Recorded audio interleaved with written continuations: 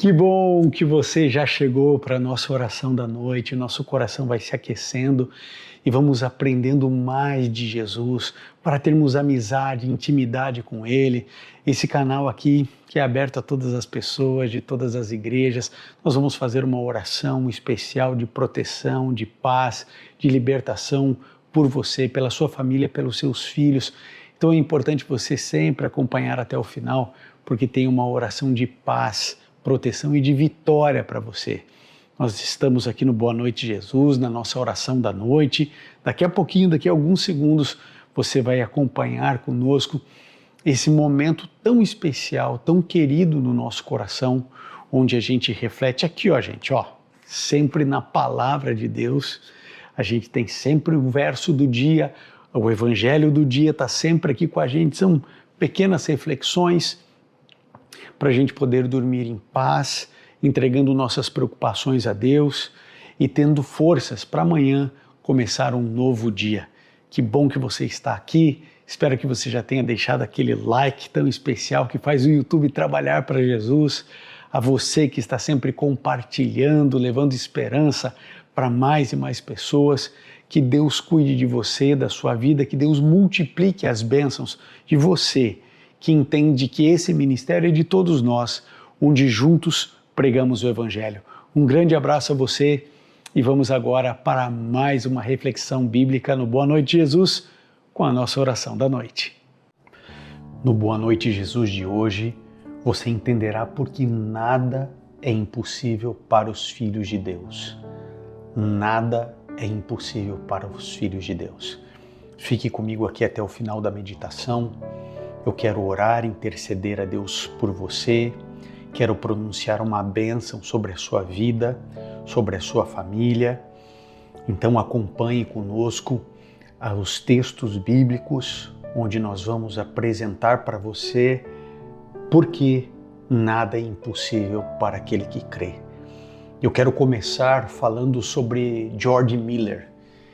Ele ficou muito conhecido pelo seu trabalho pioneiro com os órfãos na cidade de Bristol, na Inglaterra, no século XIX. Talvez você não saiba, mas ele fundou e cuidou de 5 grandes orfanatos, além de outras instituições menores. E através da sua vida e dependência na provisão divina, Miller cuidou de mais de 10.000 órfãos, sem nunca pedir dinheiro ao público. Ele simplesmente orava, confiando que Deus supriria todas as necessidades. Você entendeu isso? Ele cuidava diariamente de 10.000 crianças. Nunca usou dinheiro público, nunca pediu dinheiro em nenhuma igreja. Ele dobrava os joelhos e as doações chegavam. Às vezes, no limiar do café da manhã das crianças, mas nunca nada faltou.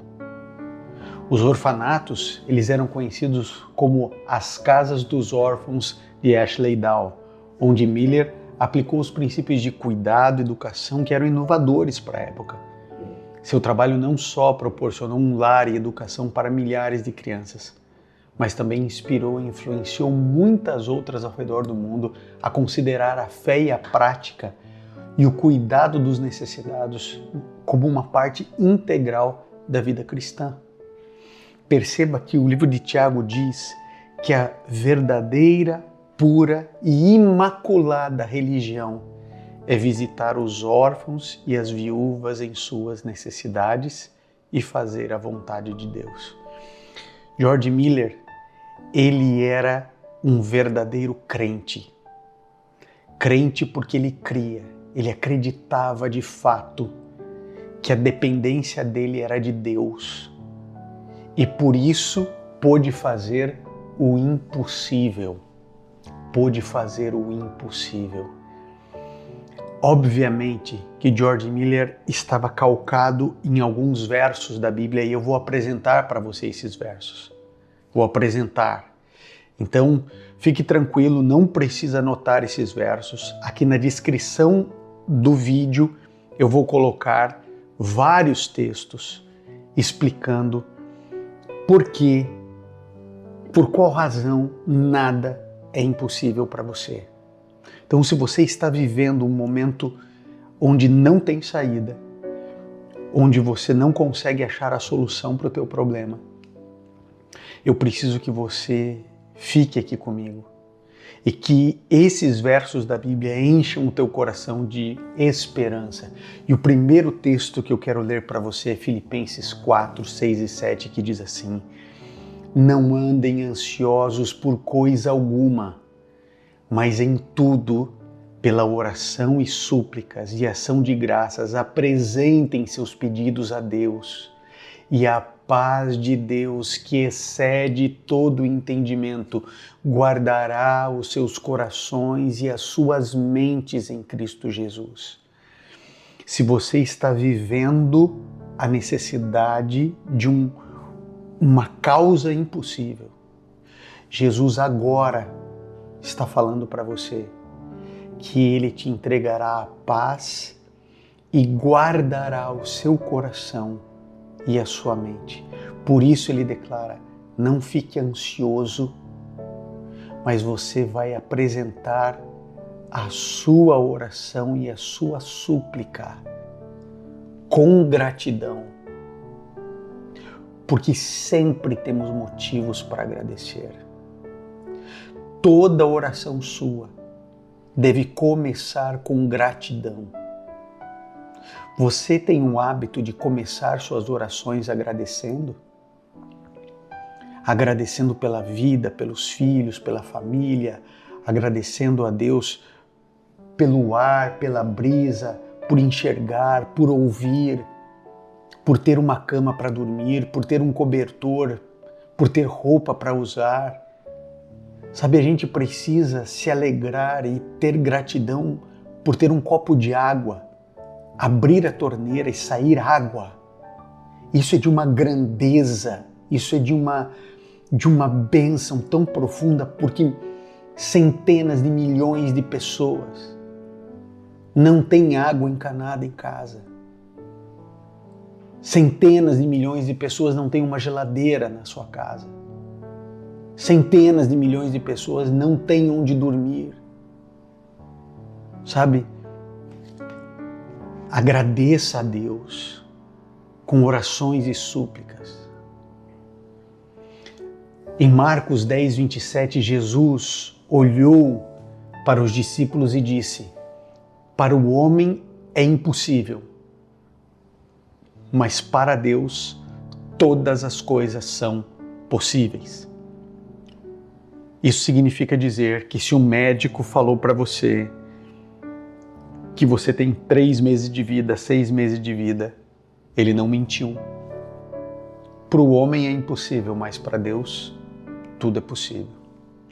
Se você não tem dinheiro para pagar o seu aluguel, se o agiota está batendo na sua porta, se você está vivendo a situação horrível dentro de casa, seu filho não para de mentir para você, você está vendo seu filho se afundar em drogas, bebidas, cigarro, más companhias, você está vendo que o caminho dele vai levar ele ou para a prisão ou para a morte, você já fez de tudo e nada resolve, para você é impossível, mas para Deus tudo é possível. Teu casamento está acabado, destruído, é só briga, indiferença, um humilhando o outro, todo mundo infeliz, você chorando pelos cantos, nada mais funciona, não tem mais saída para o seu casamento, mas para Deus tudo é possível. Para Deus tudo é possível. Ou seja, aquele que acredita vive pela fé e não por aquilo que os olhos veem. Mateus 17, 20. Gente, eu estou lendo sempre na Nova Versão Internacional, tá? Por que eu leio nessa versão? Essa é uma versão interdenominacional, todas as igrejas usam. Ela é uma versão muito fiel aos textos originais, mas ela tem uma linguagem mais fácil para a nossa compreensão. Por isso eu sempre recomendo a Nova Versão Internacional. Mateus 17, 20 diz: porque a fé de vocês também é pequena.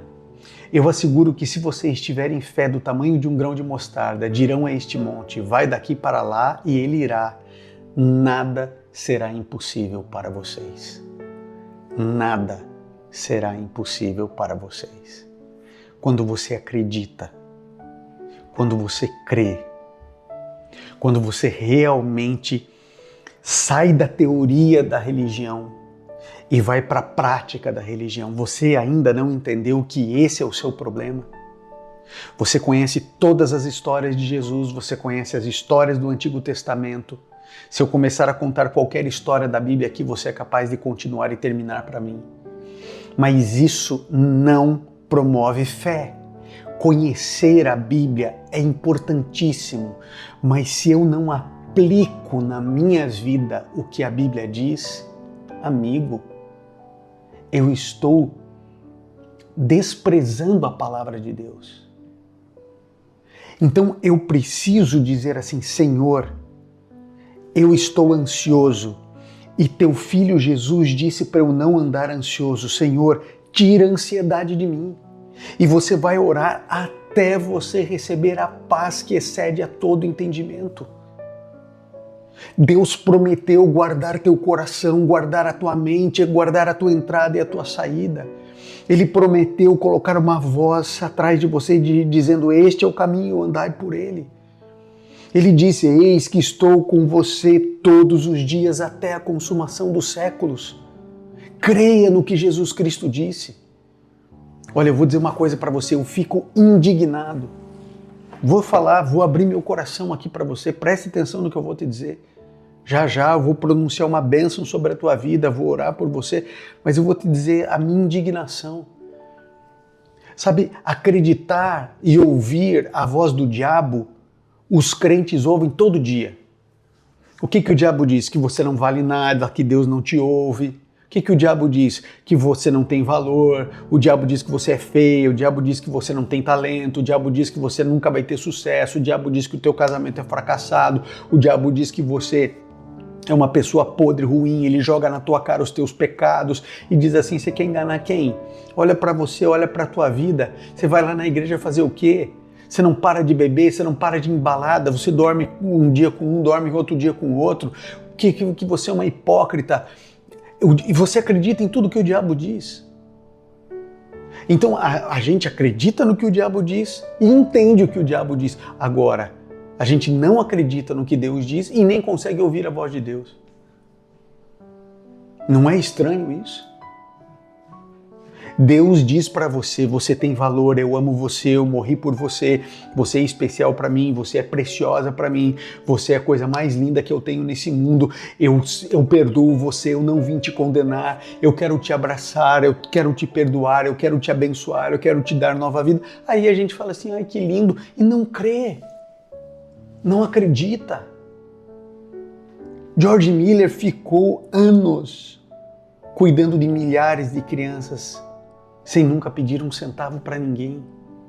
Sabe por quê? Porque nada será impossível para vocês. Nada é impossível para Deus. Deus realiza milagres. Deus mostra o seu poder. Deus mostra quem Ele é na vida de seus filhos. Agora eu digo para você: arrependa-se. Arrependa-se de quem você é. Arrependa-se de seus pecados. Confesse seus pecados a Deus. Você não precisa confessar seus pecados a mim. Eu sou pecador como você.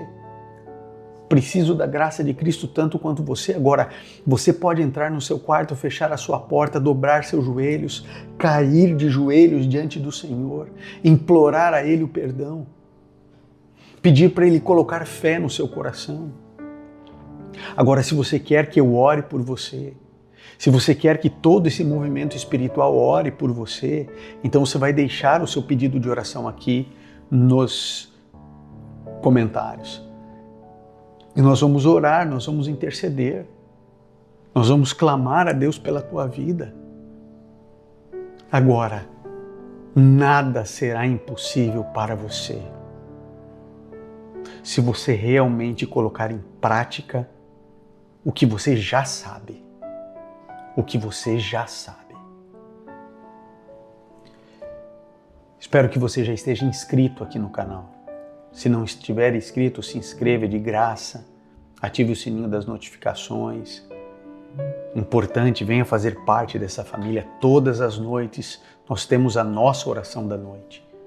Oração poderosa, oração de fé, onde nós estamos vendo os testemunhos das pessoas nos comentários, os resultados das pessoas que participam aqui desse momento de fé e de oração. Então se inscreva, participe. Agora eu vou orar com você.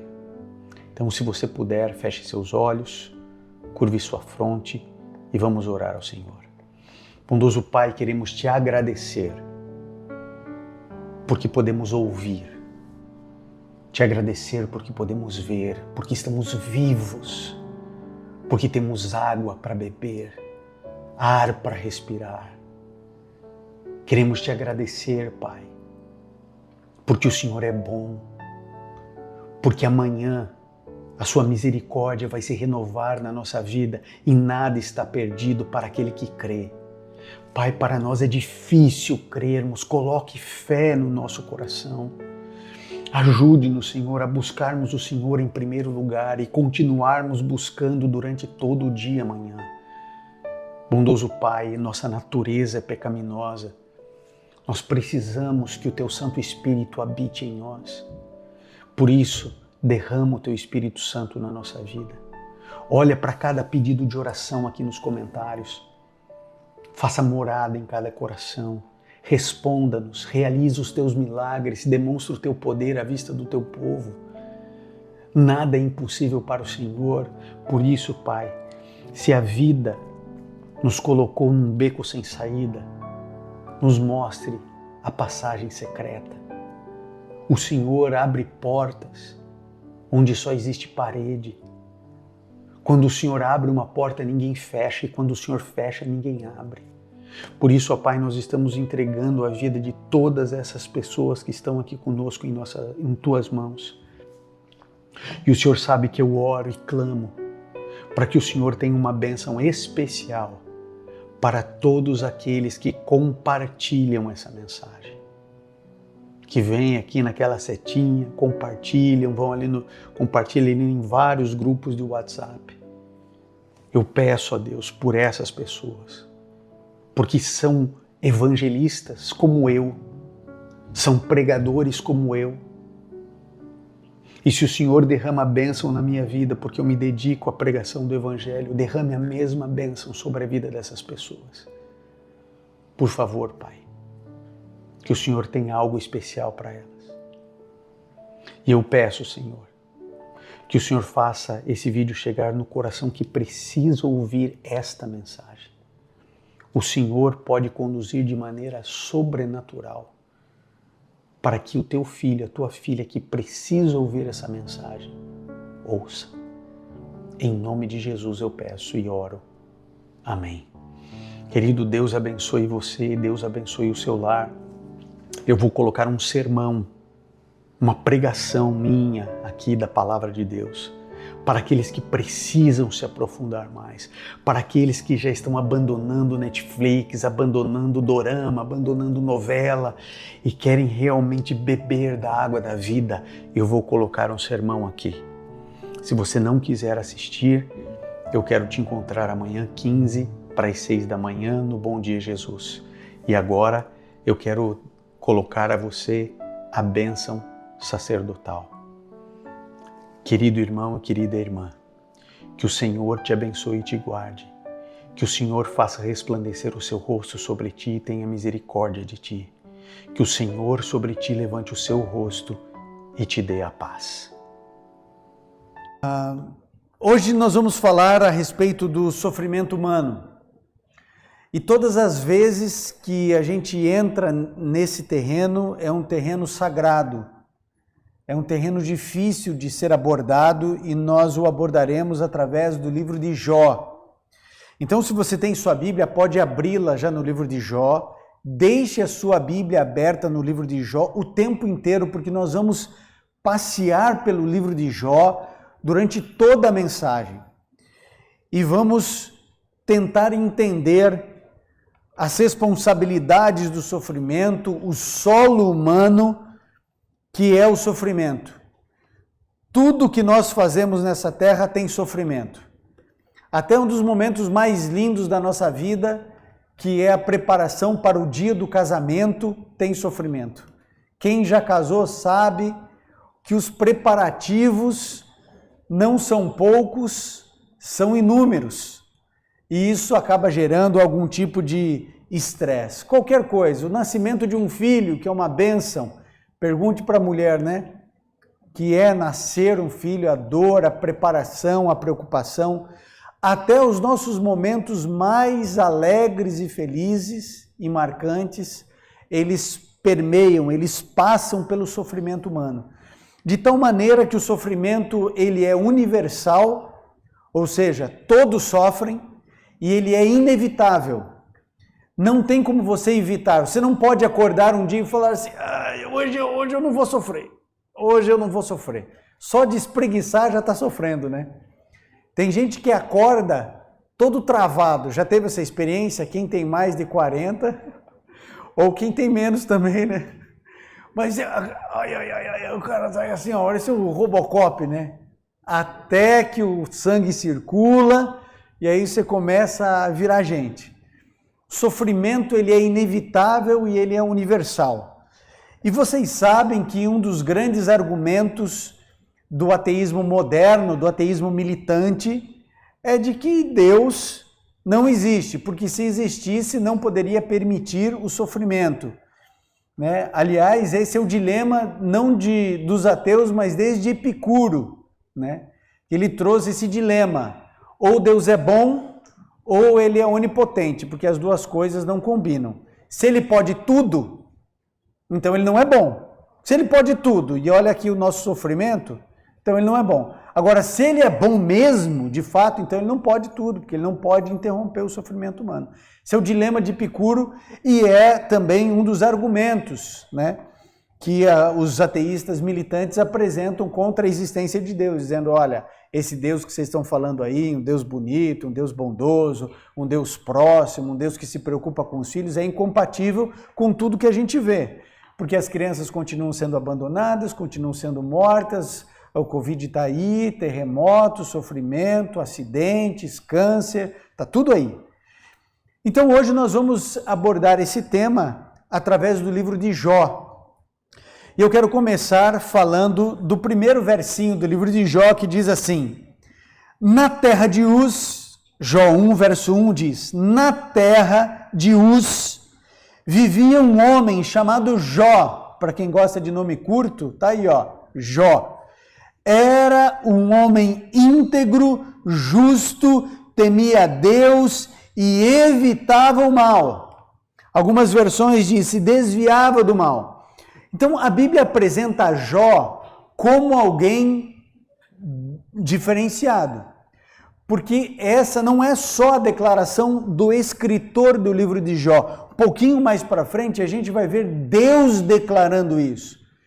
Deus diz assim, o meu servo Jó, ele é um homem íntegro, reto, tem o meu temor e ele evita o mal. Ele evita as coisas deste mundo. Esse é o meu servo Jó. Jó, ele tinha uma aliança com Deus, um pacto de fidelidade com Deus. E esse pacto, ele é estritamente explanado nos primeiros 3 capítulos do livro de Jó, de tal maneira que parece que Jó vivia em uma época onde o diabo dominava em tudo, mas o diabo não tinha acesso ao coração de Jó.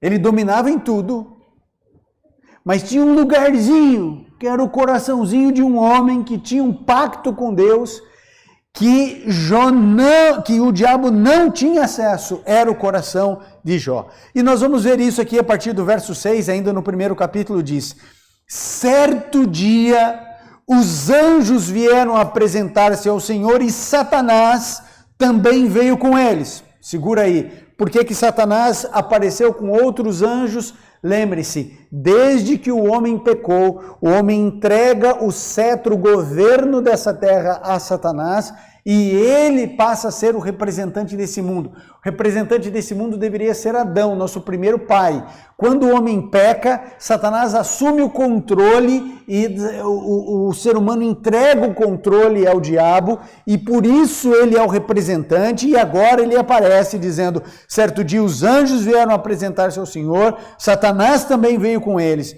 E o Senhor disse a Satanás, de onde você veio? E Satanás respondeu, de perambular pela terra e andar por ela. Disse então o Senhor a Satanás, reparou em meu servo Jó, não há ninguém na terra como ele, irrepreensível, íntegro, homem que teme a Deus e evita o mal. E aí então no verso 9, no diálogo, Satanás diz, será que Jó não tem razões para temer a Deus? Acaso não puseste uma cerca em volta dele, da família dele e de tudo que ele possui? Tu mesmo tens o abençoado em tudo que faz, de modo que os seus rebanhos são espalhados por toda a terra. Mas estende a tua mão e fere tudo que tem, e com certeza ele te amaldiçoará na sua face. Algumas versões diz blasfemará na tua face, mas quando você vai no hebraico, na língua original, sabe o que está dizendo ali? Literalmente a palavra cuspirá na tua face. Pesado, né? Tira o que ele tem e ele vai cuspir na tua cara. É isso que Satanás está dizendo para Deus. Eu não sei se você reparou, mas nesse diálogo, Satanás não está acusando apenas Jó, está acusando também Deus.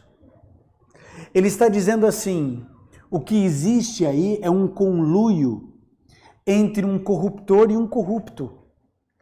Ele não te serve por qualquer coisa. Você protege ele, ele tem grana, o homem mais rico da terra, tudo que ele faz prospera, sua família, todos têm saúde. É claro que ele vai te servir. Só que ele te serve por interesse, ele não ama você. Se você tirar essas coisas, ele vai cuspir na tua cara. Ele vai te amaldiçoar, ele blasfema na mesma hora. Jó não tem esse coração que você diz que tem. Você está dizendo que ele é íntegro, que ele é reto, que ele é honesto, que ele não sei o quê. Isso é mentira sua. Como sempre, mais uma vez, o Senhor, Deus do Universo, está enganando as criaturas. Você está dizendo que ele é uma coisa, mas ele não é. Ele simplesmente foi comprado, ele foi cooptado pelo Senhor, e agora ele te serve, porque, lógico, até eu ia servir, você dando tudo que tem, protegendo ele. Ou seja, como é que Satanás sabia que Deus protegia? Porque, obviamente, Satanás já deveria, no passado, ter ido contra Jó e Deus disse, não vai. Não, mas eu vou mandar, não vai mandar nada. Não, mas eu vou mandar uma praga na agricultura, não vai mandar. Eu vou mandar uma peste nos rebanhos, ele não vai. Não, eu vou matar esses animais, não vai matar. Eu vou mandar raio para acabar com esses animais, não vai. Não, mas eu vou matar esses filhos dele, não vai. Não toca no meu servo. E aí Satanás diz assim, tá vendo? Ó, o senhor sabe quantas vezes eu tentei chegar e o senhor não deixou. Então o que existe aqui não é que tem uma pessoa boazinha, tem uma pessoa compradinha. O senhor comprou ele com as bênçãos, com a saúde, com a prosperidade, com os filhos. Tira tudo e ele vai cuspir na tua cara. E aí então Deus tem opções. Porque Deus não é colocado na parede por nenhuma criatura. E Deus diz assim, então tá bom. Pode tirar tudo que ele tem. Qual foi a primeira coisa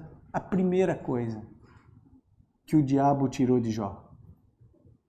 Vocês lembram ou não? Os filhos. 10 de uma vez. Porque existe alguma coisa mais preciosa para um pai ou para uma mãe do que um filho? Satanás, ele não entra na briga para brincar. Você acha que Satanás nunca pediu pela vida do teu filho?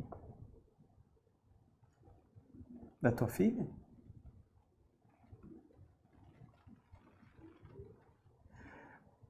Nunca se esqueça do que Jesus falou para Pedro. Pedro, você está maluco. Satanás está cirandando a tua vida. O diabo pediu pela tua alma, ou seja, o diabo pediu para te matar. Mas eu intercedi junto ao Pai para que ele não fizesse isso. Porque Satanás, ele é livre, mas a sua liberdade não é ilimitada, ele não é Deus. Ele precisa de autorização para fazer. E pediu para matar Pedro. Falou assim, o diabo está cirandando você. Você acha que o diabo não ciranda a sua casa? E se for permitido, qual vai ser a primeira coisa que o diabo vai fazer? Tirar as pessoas que você ama. E foi exatamente o que fez. 10 filhos morreram de uma única vez. E a Bíblia diz que um grande redemoinho, preste atenção e foque nisso aqui, porque a gente vai resgatar essa informação no final da mensagem. Um redemoinho bateu nos 4 cantos da casa, desabou tudo e todos morreram. Só um servo sobreviveu para dar notícia. Enquanto Jó rasgava a sua roupa e jogava pó em cima da sua cabeça, em sinal de luto, aparece um outro servo dizendo o seguinte, olha, vieram um bando aí de ladrões e levaram tudo que o senhor tem. O senhor que tinha milhares de tudo quanto é tipo de animal, o senhor não tem mais nenhum. O senhor perdeu tudo. E aí então nós encontramos aqui no verso 20, ainda do primeiro capítulo, Jó 1:20, dizendo, ao ouvir isso, Jó levantou-se, rasgou o manto, raspou a cabeça, então prostrou-se com o rosto em terra em adoração e disse, saí nu do ventre da minha mãe e nu partirei. O Senhor o deu, o Senhor o levou, louvado seja o nome do Senhor. Em tudo isso, Jó não pecou e não culpou a Deus em coisa alguma. Jó disse assim, olha, louvado seja o teu nome, eu cheguei nu e eu vou para a sepultura nu, porque o sentimento dele era de morte, de perder tudo. E tudo que Jó queria era morrer. Então ele diz assim, eu nu cheguei, eu vou partir nu, porque não tem mais uma razão para eu viver. Perde todos os filhos. Perde tudo que você construiu durante a vida. Tudo. Não é que você faliu, é que você perdeu tudo. Eu não sei o que você tem, mas imagina você perder tudo. Perder emprego, não tem mais emprego. Tua esposa trabalha também, não tem mais emprego. Você tem uma casa, 2 casas, perdeu tudo, não tem mais nada. Quantos carros tem? Perdeu. Qual é o teu negócio? Faliu, não tem mais nada, não é nada teu, tudo perdeu. E junto com todos os teus filhos, todas as pessoas que você ama, não tem filho, pensa no pai, pensa na mãe. Ele raspou a cabeça e falou assim, eu quero morrer. Só que ele não blasfemou. Lembre-se que Jó tinha uma aliança com Deus, um pacto com Deus. E ele disse, eu recebi coisas boas, eu estou recebendo coisas ruins. E a Bíblia diz que Jó não pecou em tudo isso. E aí então no capítulo 2, no verso 4, o diabo continua dizendo, pele por pele. 2:4. Pele por pele, respondeu Satanás. Um homem dará tudo o que tem por sua vida. Estende a tua mão e fere a carne e os seus ossos, e com certeza ele cuspirá na tua face. E o Senhor disse a Satanás, pois bem, ele está em suas mãos, apenas poupe a vida dele. Agora deixa eu fazer uma pergunta. O diabo poderia matar os filhos de Jó sem a permissão de Deus? Sim ou não? Sim ou não? Não. Quem permitiu? Deus. Em certo sentido, quem é responsável pela morte dos filhos de Jó? Deus. Porque eu acho engraçado esse tipo de teologia que se propaga porque ela é bela, mas ela não é teológica, ela não é bíblica. Onde as pessoas, elas tentam defender Deus, como se Deus estivesse num banco dos céus, e as pessoas, como fica difícil dizer Deus é responsável pela morte das pessoas, isso é pesado demais, beira na mente de alguns blasfêmia e heresia, nós dizemos assim, não, Deus permitiu. Porque parece que a permissão não é a mesma coisa que execução. Agora você imagina o seguinte, eu sou o diretor de um presídio e você é um carcereiro. Aí você que é um carcereiro mau, chega para mim e diz o seguinte, olha, eu quero matar uma meia dúzia de presidiários aí. Eu assim, por quê? Não, porque eles dão um problema aqui, eu quero matar. Aí eu, que sou o chefe seu, que é o carcereiro, digo assim, pode matar. E aí ele vai lá e mata. 2 anos depois descobrem que esses 4 prisioneiros foram assassinados, e aí eles começam a procurar e acham o carcereiro diz assim, não, mas ele lá sabia e ele permitiu. Eu vou ser culpado diante da lei dos homens ou não? Sim ou não? Vou. Mas Deus não, né? Deus não é culpado.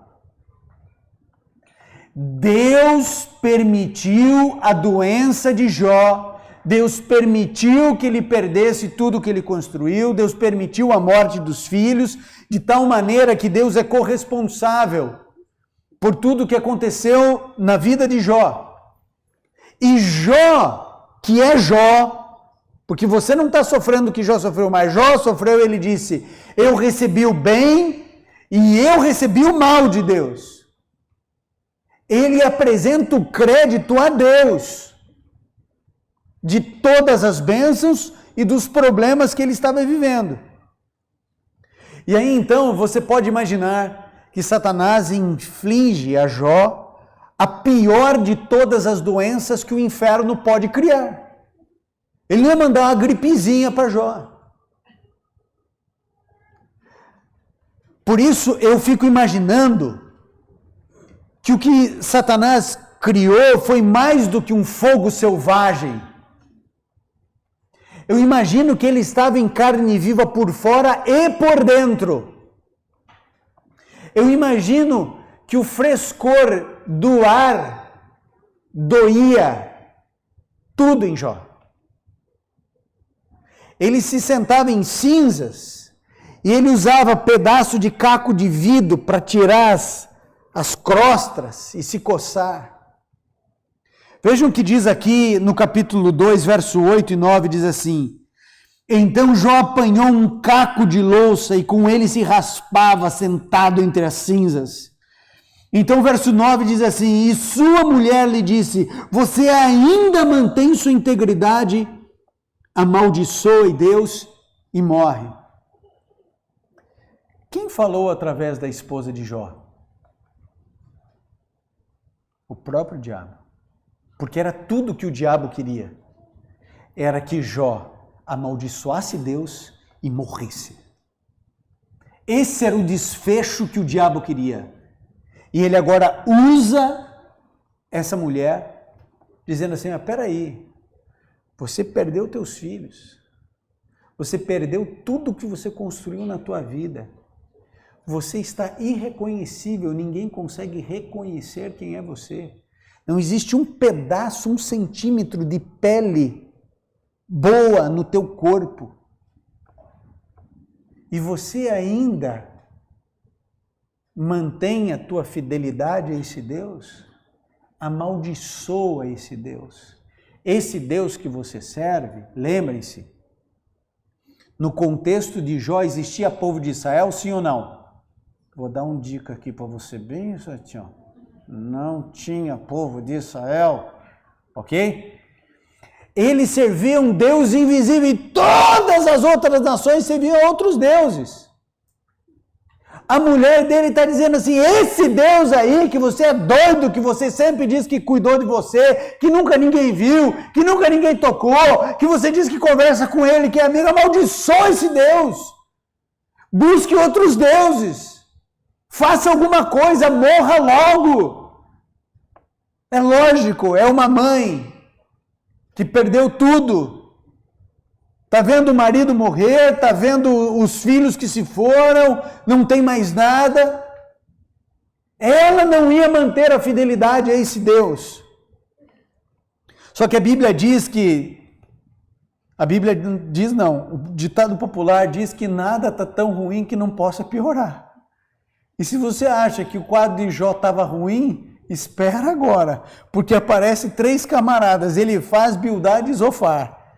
E quando eles chegaram aí no capítulo 2, verso 12, diz assim: quando viram a distância, mal puderam reconhecê-lo e começaram a chorar em voz alta. Cada um deles rasgou o seu manto e colocou a terra sobre a cabeça. E depois os 3 se assentaram no chão com ele durante 7 dias e 7 noites. E ninguém lhe disse uma palavra, pois viam que era grande o seu sofrimento.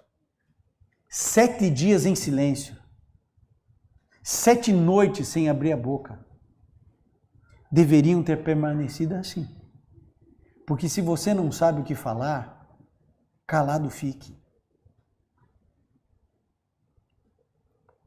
Só que nesse contexto, nós encontramos esses 3 amigos tentando defender Deus. Eu me lembro de ter visto há muito tempo, até pedi para o Gabriel dar uma pesquisadinha rápida enquanto eu estava vindo aqui para a igreja, mas a gente não achou. Existe uma espécie de documentário, não é bem documentário, é uma espécie de um filme, mas que o título é Deus no Banco dos Céus. Não é o livro de Josh McDowell, não é a perspectiva de C.S. Lewis, são os judeus dentro de um quarto, num campo de concentração, debatendo sobre Deus. E olha só que interessante. Um grupo dizia assim: nós somos o povo escolhido. Deus vai nos tirar daqui. O nosso povo sempre passou por problemas, por dificuldades, nós ficamos escravizados no Egito, nós sofremos nas mãos dos filisteus, nós fomos para a Babilônia, mas Deus sempre esteve conosco. Deus não vai nos abandonar, Deus vai nos libertar, Deus tem isso, Deus vai fazer alguma coisa, Deus vai agir, Essa era a visão de alguns. E estavam todos discutindo por que Deus tinha feito, etc, mas havia um consenso. Deus é o nosso Deus. Nós somos filhos de Deus. Nós somos filhos da herança. E Deus vai nos libertar. Até a hora que um judeu ergue a mão e falou assim: vocês não estão entendendo. Deus não está do nosso lado. Deus está do lado dos nazis. Deus está do lado da Alemanha. Se Deus estivesse do nosso lado, isso não teria acontecido. E aí começam os debates. Por que razão nós ficamos escravizados no Egito? Porque nós nos corrompemos aos deuses e aos costumes egípcios. Por que fomos levados para o cativeiro babilônico? Porque nós nos apegamos aos deuses, a Baal, aos Balaíns, aos postes ídolos, e nós começamos a sacrificar nossos filhos a esses deuses, e nós nos afastamos e Deus nos castigou. Se estamos aqui é porque, e todas essas vezes, Deus nos abandonou. E nós sofremos tudo o que tínhamos que sofrer por causa das nossas consequências. Nosso povo pecou ao nos contaminarmos com as culturas da Europa, e por isso Deus não está do nosso lado. E os debates começam, aí uns começam a defender Deus, outros a atacar Deus. O que nós encontramos aqui são esses 3 amigos que começam agora a luta para defender Deus. Lembre-se que Deus, ele precisa de testemunhas e não de advogados de defesa. Até porque seria uma grande presunção qualquer um de nós achar que a gente tem condições de defender Deus. Pensa. Geralmente a gente defende quem é mais fraco que a gente. Quem é mais forte a gente vai defender. Parece que Deus não tem boca, né? Então eu vou falar por Deus. Eu vou defender Deus. Eu vou fazer o que é certo. Eu vou falar. E foi o que eles começaram a falar. E eles usavam frases assim interessantes, como por exemplo, aqui no verso 4, no capítulo 4, no verso 17, poderá algum homem mortal ser mais justo do que Deus? Poderá algum homem ser mais puro do que o Criador? E eles vão conversando, e eles vão dizendo assim, olha, tem até um deles que chega e diz assim, olha, e o que você está passando é pouco, viu? Deus é misericordioso. Se você está passando por tudo isso, é porque você pecou, você tem coisa escondida aí, e Deus é misericordioso, então você deve estar passando é pouco. Teve que ouvir isso ainda. Só que Jó, ele sabia quem ele era. E Jó, não vou dizer que Jó é atrevido, mas vou dizer, é atrevido. Porque Jó, ele chegava para os amigos dele e falou assim, ó, eu queria que existisse um juiz entre mim e Deus. Porque daí Deus ia colocar as causas dele e eu ia colocar minhas causas. E eu queria que alguém julgasse. Porque agora, quem vai me defender contra Deus? Ele se levantou contra mim. Tem alguém para me defender? Não tem ninguém para me defender. Agora, eu sei que eu não pequei. Eu sei que eu sou íntegro. Eu sei que eu sou correto. Jó, ele vai, os capítulos todos, ele chega um momento e diz assim, olha, eu sacrificava pelos meus filhos. Caso algum deles pecasse, ou viesse a pecar, eu já sacrificava. Eu fiz tudo o que tinha que fazer. Eu nunca adorei esses ídolos. Eu nunca permiti que esses falsos deuses entrassem na minha tenda. Eu sempre honrei minha família. Eu sempre honrei Deus. Fiz todos os sacrifícios e muito mais a Deus. Sempre busquei, sempre fui submisso. Nunca fui contra. Nunca fui desonesto. Nunca usei balança desonesta. Nunca passei a perna no outro, nunca fiz. Eu queria que existisse um juiz entre mim e Deus. Ele ia falar, eu ia dizer, e aí eu queria ver. Jó atrevido. Só que ele sabe de muitas coisas. E aqui no capítulo 5, no verso 4, ele diz, as flechas do Todo-Poderoso estão cravadas em mim, e o meu espírito suga delas o veneno. Os terrores de Deus me assediam.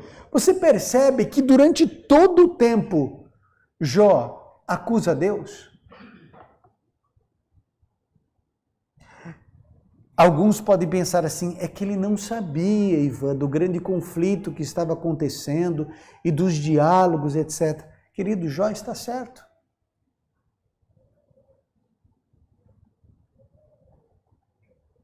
A aliança de Jó era com Deus, não era com o diabo. Jó não tem pacto com o diabo. Jó não tem diálogo com o mal. Ele evitava o mal, se desviava do mal. Ele está conversando com a autoridade suprema, com aquele que manda, com o dono. Não está falando com o gerente. Não está falando com o funcionário, está falando com quem manda. E ele está dizendo o seguinte, olha, e o nosso pacto? Nós tínhamos uma aliança de fidelidade. Por que o senhor está fazendo isso comigo?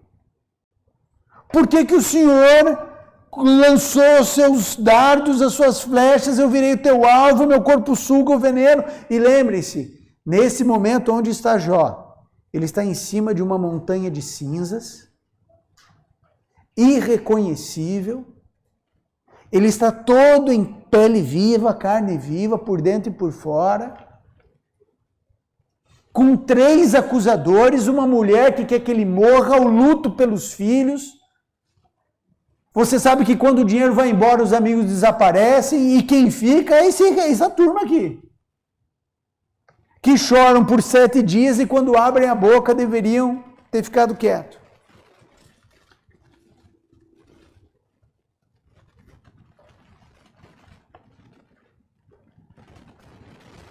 Vejam o que Jó declara em Jó 7, 20 e 21.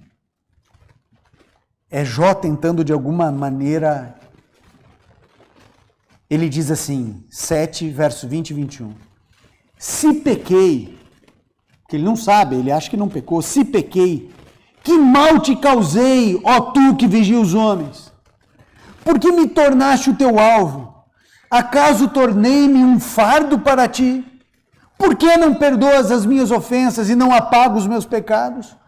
Pois logo me deitarei no pó, tu me procurarás e eu já não existirei. Jó sabe que vai morrer, porque do jeito que estava não tinha para onde ir. Ele diz assim, mas por que você não me... Se eu pequei, por que não me perdoa? Por que você está fazendo isso comigo? E a história de Jó, ela se confunde com a história de todos nós. Porque todos nós padecemos. Todos nós sofremos. E acredite, se você nunca sentiu Deus injusto na sua vida, em algum momento é possível que você sinta. A figura que eu imagino é Jó espiritualmente e emocionalmente esperneando. Já viu alguém esperneando? Batendo com as pernas pro ar? É assim que ele está. Porque ele não entende. E é possível que você também não entenda muitas coisas que já aconteceram na sua vida. Só que Deus está em silêncio o tempo inteiro. Deus não fala nada. Deus só se manifesta no capítulo 38. Durante todo o livro de Jó, você não vê um A de Deus. Até que aparece o seguinte. Verso 1. Então o Senhor respondeu a Jó no meio de um redemoinho. Lembra o que eu falei? Que o que matou os filhos de Jó foi um redemoinho? Agora Deus aparece para Jó em um redemoinho. Eu vou dizer uma coisa para você, Deus poderia aparecer como uma luz, como uma nuvem, como uma brisa. Por que aparecer num redemoinho? Obviamente que Jó, quando falou assim, olha, um vento bateu nos quatro cantos, um redemoinho veio e matou tudo. O que você acha que passou a existir de relação e de significado para Jó em relação ao redemoinho? Coisas boas ou ruins? Deus aparece num redemoinho. Pois é o que Deus faz. E aí Deus começa a dizer o seguinte: quem é você que obscurece o meu conselho com palavras sem conhecimento? Prepare-se como um simples homem, vou fazer-lhe perguntas e você me responderá. Agora vamos inverter. Você está até agora questionando, até agora perguntando, até agora duvidando, então agora eu vou fazer pergunta e você, Jó, vai responder. Verso 4. Onde você estava quando eu lancei os alicerces dessa terra? Responda-me, se é que você sabe tanto. Quem marcou os limites das suas dimensões? Talvez você saiba. E quem estabeleceu sobre ela a linha de medir? E os seus fundamentos sobre os quais eles foram postos? E quem colocou sua pedra de esquina, enquanto as estrelas matutinas juntas cantavam e todos os anjos se regozijavam? Onde você estava quando eu pintei o céu de azul, Jó? Onde você estava quando eu soprei o fôlego de vida aqui nessa terra, que era sem forma e vazia? Onde você estava quando eu acendi o sol? Onde você estava quando eu estabeleci os animais para os mares, para a terra e para os ares? Onde você estava quando eu pintei a relva de verde? Não é você o sabichão? Não é você que sabe tudo, Jó? Não é você que quer um juiz entre mim e você? Não é você que duvida do que eu estou fazendo e questiona as minhas ações? Pois é, onde é que você estava quando eu formei tudo? Você não sabe, né, Jó? E Deus, ele vem no capítulo 38 e 39, e ele vem colocando Jó no lugar dele, dizendo assim: você é pó, você não ergue a voz comigo.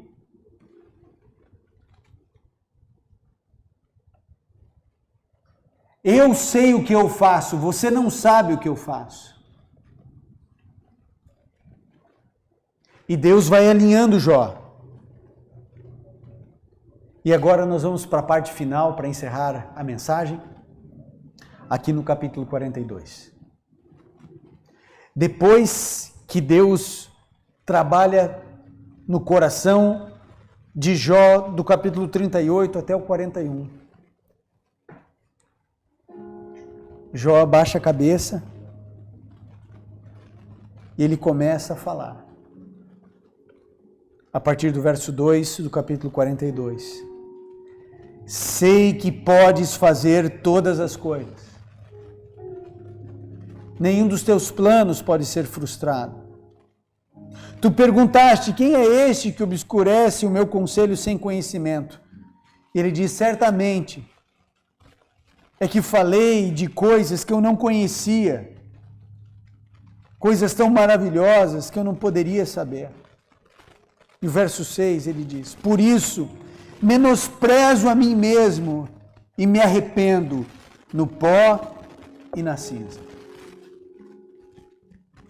Jó, ele entendeu uma única palavra que você e eu precisamos entender: soberania. Deus não deve explicações para nenhum de nós.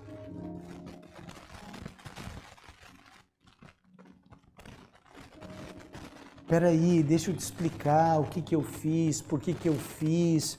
Olha só, veja bem, se eu deixasse ele vivo, teria acontecido isso, assim, essa... Deus não precisa dar explicações a você ou a mim.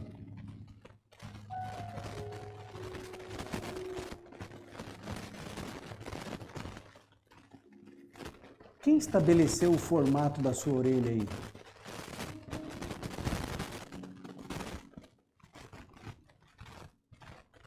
Vocês já estão olhando para a minha, né?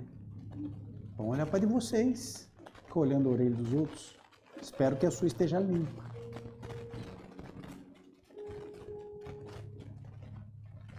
Foi você que definiu a cor do teu olho? Foi você que disse que ia nascer no dia que você nasceu? Eu vou querer ser de Áries. Não foi, né?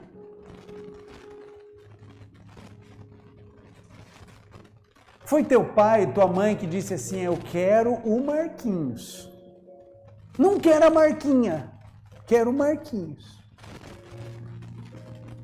Quero ele de barba, já de bebê. Não. Não é assim que funciona.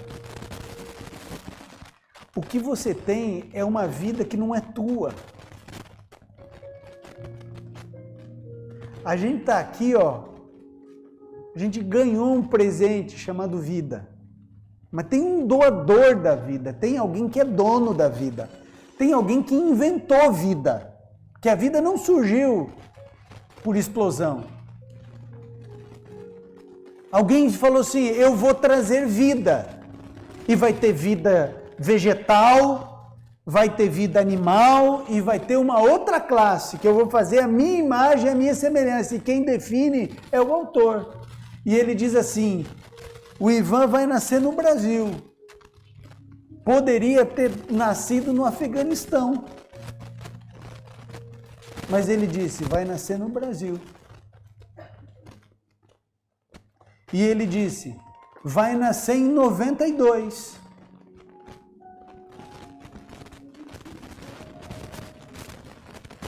Estou vendo só os matemáticos aqui rindo.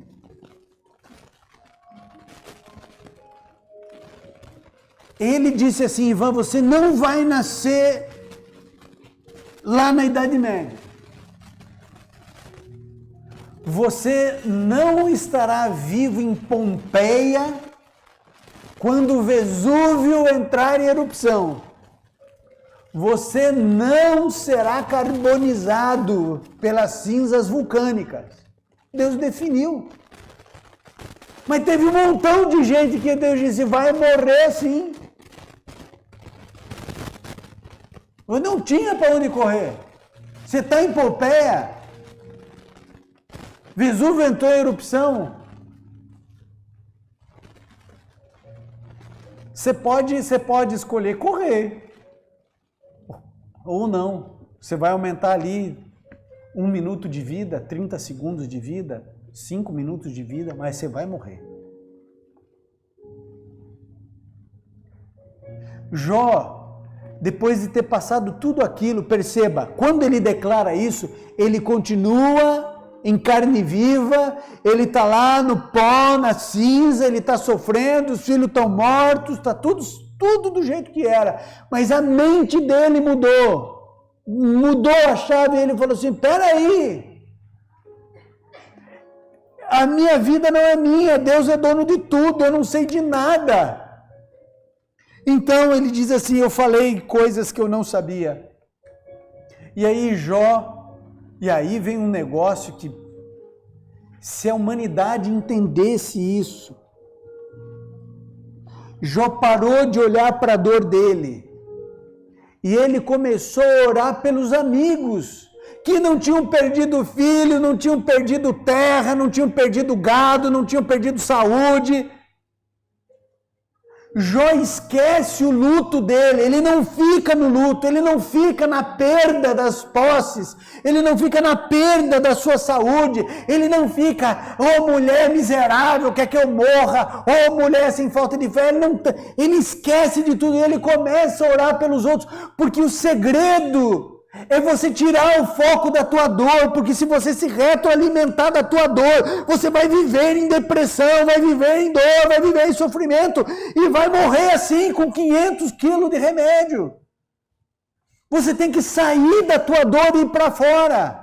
E quando você se preocupar com a dor do outro, quando você começar a ser útil na vida dos outros, você vai mudar a sua mente. E Jó mudou a mente dele. Ele teve um encontro com Deus. Ele entendeu que Deus é soberano para matar filho, para matar mãe, para matar pai, avô, avó, o tio, a tia, pôr doença, tirar doença, fazer um milagre, não fazer um milagre. Deus é quem manda. Ele entendeu isso, ele falou assim, eu sou dele. E ele tira o foco da dor e ele começa a interceder. E quando ele entendeu, Deus disse, agora eu posso abençoar. Agora eu posso mudar a sorte de Jó. E aí Deus diz o seguinte, vou dar o dobro de filho. E eu vou dar o dobro da riqueza. Já era o homem mais rico da terra. Agora eu vou dar um dobro. E eu vou dar tudo em dobro, e eu sei, porque eu também já me perguntei, mas peraí, um filho não substitui o outro, se eu perder os meus 2 filhos e vier 4 filhos, não vai tirar a minha dor dos 2, é verdade. Mas você se lembre que a perspectiva é a eternidade. Quando Jó chegar no céu, ele vai ter lá os seus 10 filhos, mais seus 20 filhos. E Deus não está olhando os teus 80 anos aqui na terra, Deus está olhando a eternidade, que não tem fim para você. E Deus está dizendo, e eu vou multiplicar as bênçãos, e vou multiplicar as bênçãos. E eu imagino que Deus fez Jó, apesar do luto, Deus deve ter chegado para Jó e falar assim, meu filho, sem uma lágrima pelos teus filhos, eles estão descansando e eu vou ressuscitar eles. Eu vou trazer eles à vida. E eles vão viver para sempre, eles estão salvos. Agora viva a tua vida. Porque a tua coroa está reservada, guardada. Você tem uma eternidade para viver, Jó. E Deus deu tudo em dobro para Jó. Porque Jó entendeu que não dava para ele viver na dor ele começa a interceder por alguém que não passou por 1% do que ele passou. Mas ele começa a orar pelos seus amigos. E a Bíblia declara exatamente isso, no verso 10 do capítulo 42. Depois que Jó orou por seus amigos, o Senhor o tornou novamente próspero e lhe deu em dobro tudo o que tinha antes. Depois que Jó orou pelos seus amigos. Queridos, Deus, Ele é soberano de tudo neste universo. Inclusive, para determinar o que Ele controla e o que Ele não controla. Desde que o mundo é mundo, Deus disse, vai ter dia e vai ter noite. E se o diabo for lá bater na porta dele e falar assim, ó, hoje eu quero que só tenha noite, Deus vai dizer para ele o seguinte, não. Porque eu mando. Eu determino. Sou eu que mando, sou eu que determino. Agora, Deus usa a sabedoria dele e a soberania dele para, inclusive, não controlar tudo.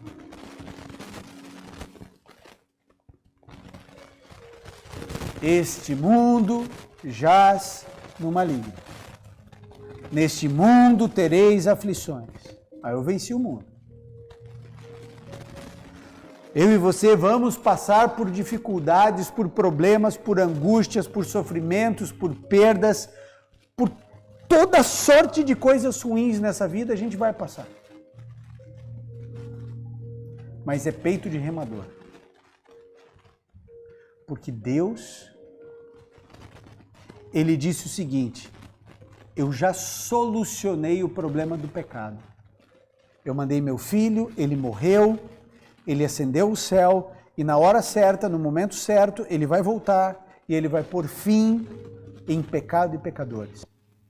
A morte da morte está decretada.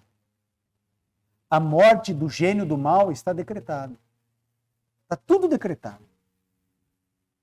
Só que a gente está numa guerra. E numa guerra a gente sofre. Vem estilhaços, vem bala, fogo amigo. Numa guerra vem de tudo. A gente passa fome, não dorme direito, passa frio, passa calor, mosquito pica. O inimigo está emboscada. O inimigo às vezes é mais forte, às vezes é mais fraco. Às vezes você tem um revólver, o inimigo tem uma granada. A gente está numa guerra. Numa guerra ninguém está feliz. Numa guerra, ninguém passa sem sofrer. O sofrimento continua sendo inevitável, continua sendo universal. Deus sabe de todos os nossos dias aqui nessa terra. Salmo 139 diz que todos os dias estão contados, cada um deles, escrito e determinado. Todos os dias. Deus sabe da minha dor que eu vou passar e que eu nem sei que eu vou passar.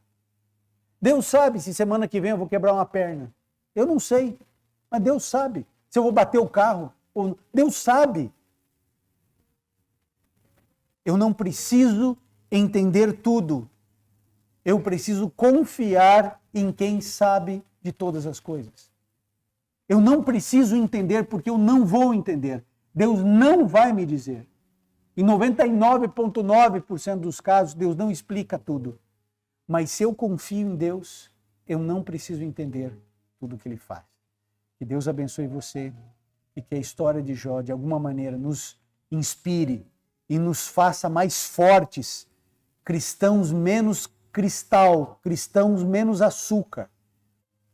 A gente precisa de um evangelho menos açucarado, um evangelho real, concreto, na vida real, onde nós não vamos ter as respostas, onde não vamos entender os caminhos de Deus, mas onde nós podemos confiar mesmo sem entender. Que Deus abençoe a todos nós.